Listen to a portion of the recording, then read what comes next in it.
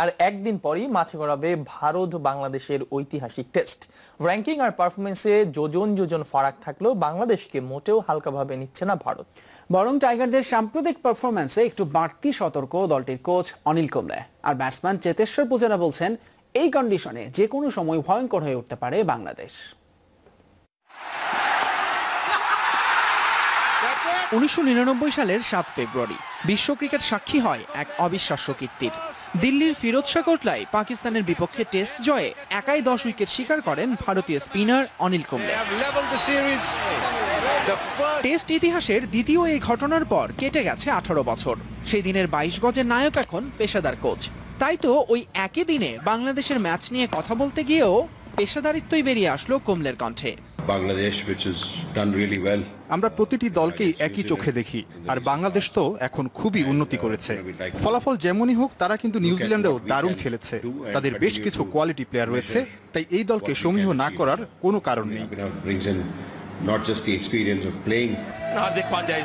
অবশ্য বিরাট কোহলিদের পারফরমেন্সে কুম্বলের এটিকে কথার কথা মনে হতে পারে। যে দলটি টেস্টে দেশের মাটিতে 2012 সালের পর আর হারেনি, সেই র্যাঙ্কিং এর শীর্ষে থাকা টিম ইন্ডিয়া সমীহ করছে 9 নম্বর দল বাংলাদেশকে। তাহলে চেতেশ্বর পূজারার কথা শোনা যাক। তাদেরকে হালকাভাবে নেওয়ার প্রশ্নই ওঠে না। এটা সমানে সমান লড়াই, কারণ আমরা যখন বাংলাদেশে খেলতে যাই তখন এখানকার মতোই কন্ডিশন পেয়েছি। তাই তাদের জন্য কন্ডিশনে বাধা হওয়ার কথা নয়। যারা ভালো খেলবে তারাই জিতবে।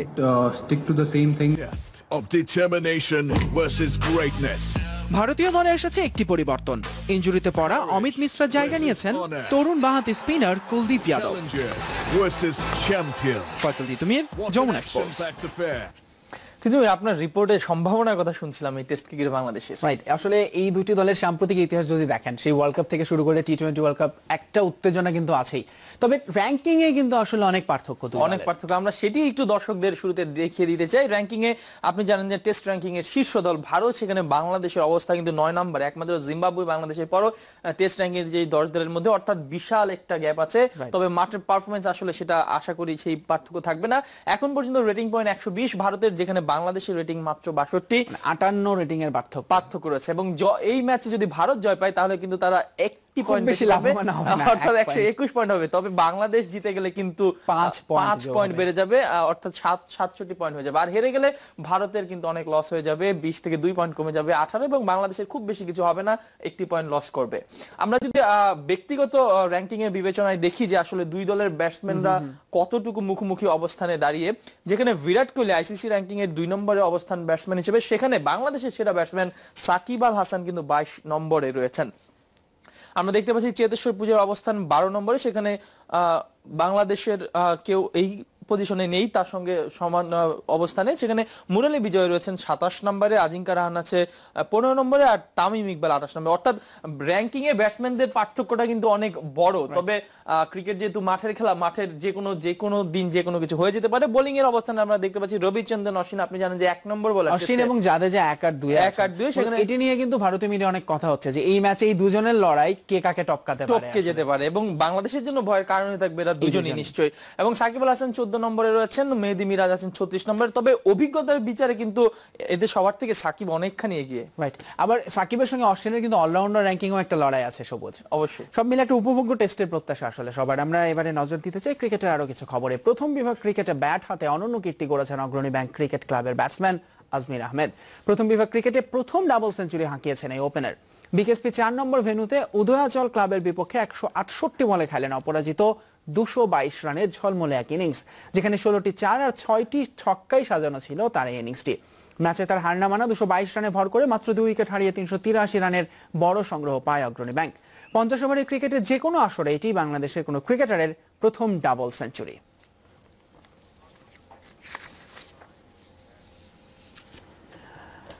এ দল বা এইচপি ইউনিটের খেলা কম থাকায় এসএসসি ইমার্জিং কাপ টুর্নামেন্টের মতো উদ্যোগে সবচেয়ে বেশি উপকৃত হবে বাংলাদেশ, বলছেন বিসিবির game development manager Nazmul Abedin. 15 March থেকে বাংলাদেশে শুরু হতে যাওয়া এই টুর্নামেন্টে জাতীয় দলের 4 ক্রিকেটারের সাথে খেলবে বাংলাদেশের অনূর্ধ্ব 23 দলের ক্রিকেটাররা, যা হতে পারে জাতীয় দলে ঢোকার বড় মঞ্চ।